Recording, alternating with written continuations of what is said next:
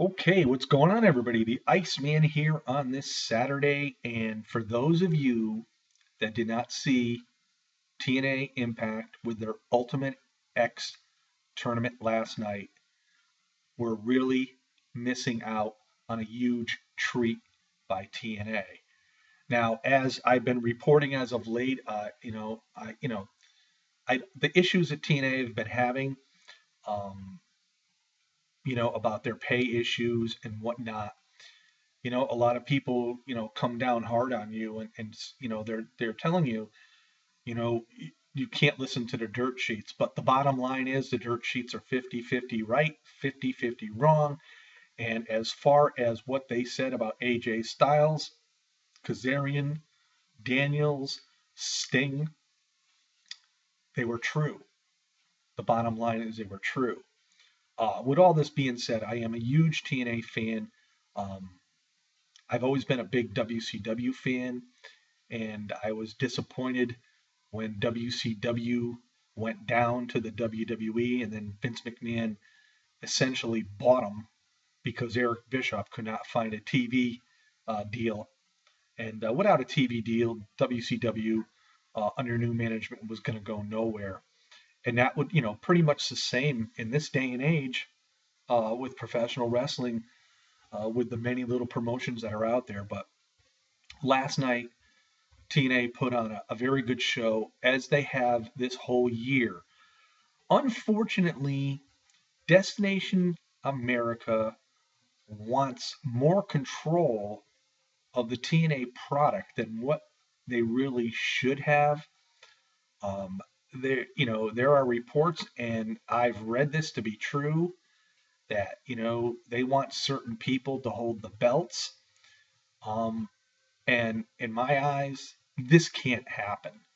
This can only go south. TNA needs to be able to do uh, their writing and their booking the way they want to. But anyhow, last night it was a great show. We started off with Matt Hardy and Jeff Hardy going up against the Revolution, James Storm and Koya, in a match that didn't go too long. Um, but Koya ended up getting the pin. James Storm got all ticked off at him. So Matt and Jeff Hardy advanced. So that was, pretty cool. We also saw um, Anderson and Rockstar Spud go up against Low Key and Kenny King. A pretty good match. Um, it was interesting because I actually thought Anderson and Spud were going to advance to the next round to go to the Ultimate X, but it wasn't to be. A little bit of shenanigans by the Beatdown Clan, of course, as always, and you know Anderson and Spud ended up getting defeated. We also saw another pretty good match. Tigre Uno and Jay Rios going up against EC3 and the Crazy Bram. Now, I picked EC3 and Bram to win it all.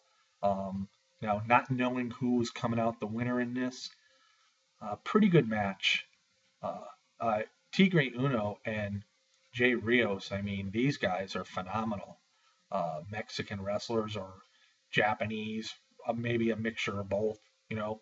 But anyhow, um, it wasn't to be because Tyrus interfered and helped out Bram and EC3 win that match. I was a little disappointed in Tyrus interfering, but I really wasn't surprised. So they advanced as well. Then we have Bobby Roode and Austin Aries going up against the Bromans, Jesse Goddard and Robbie E. Um, Throughout this whole match and prior to the match, Goddard and Robbie E had disputes with each other, and you knew it was going to carry over into the match. Um, and it did. But a pretty good match overall. But Aries and Rude advanced. So we had Matt and Jeff Hardy moving on. We had the Beatdown Clan, Low Key and Kenny King moving on. We also had Ethan Carter the third and Bram moving on, and now Aries and Rude. And before they went to the Ultimate X match, we saw Homicide come out and MVP, and it was to the point where MVP put the idea in Homicide's head, to go after Kurt Angle, and he did. They were fighting outside the ring, and then they finally got into the ring, and um, Eric Young ended up coming into the ring after the beatdown by the Beatdown Clan took out Kurt Angle. Eric Young actually stopped MVP from using the chair, but Eric Young had that look in his eyes. And earlier in the night, Kurt Angle was approached by Eric Young, and Eric Young said he wants his chance to get his title back.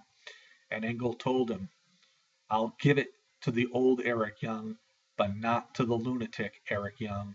If you can be the old Eric Young, you got your match. And when Kurt Angle was there and Eric Young was holding the chair, it looked as though Young was going to use the chair on Kurt Angle, but he dropped it and got out of the ring. So are we seeing a tease of Eric Young going back to the way he used to be? Or is Eric Young, going to result in underhanded tactics next week when he faces Kurt Angle for the TNA World Heavyweight title? So that was pretty cool there. There was a lot of twists, I thought, last night, especially this twist with Kurt Angle and Eric Young, the dissension among the bromans.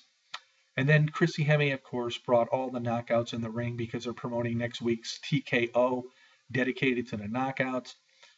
Angelina Love, Madison Rayne, Brooke, and Gail Kim are going to be in a four-way match, basically deciding the number one contender for the Knockouts Championship, which will be defended next week, the champion Taryn Terrell, going up against the huge challenger of Awesome Kong.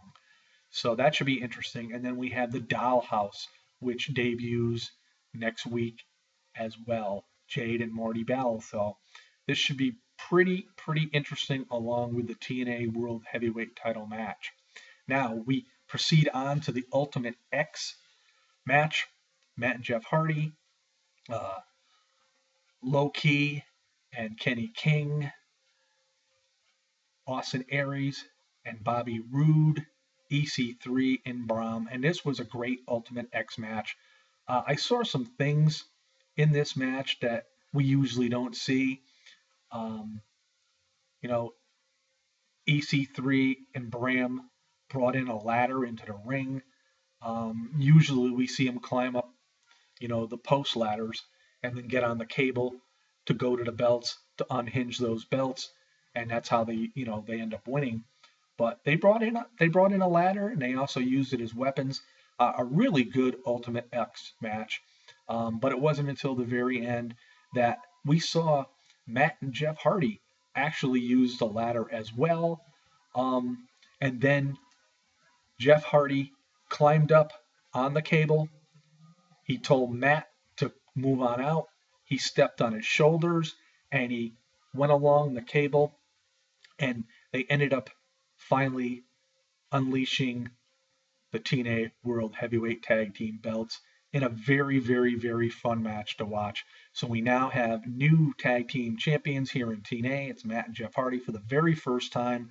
They have pretty much won tag team gold everywhere they've been. And I'll have to tell you this. If you didn't see it, you missed out on something.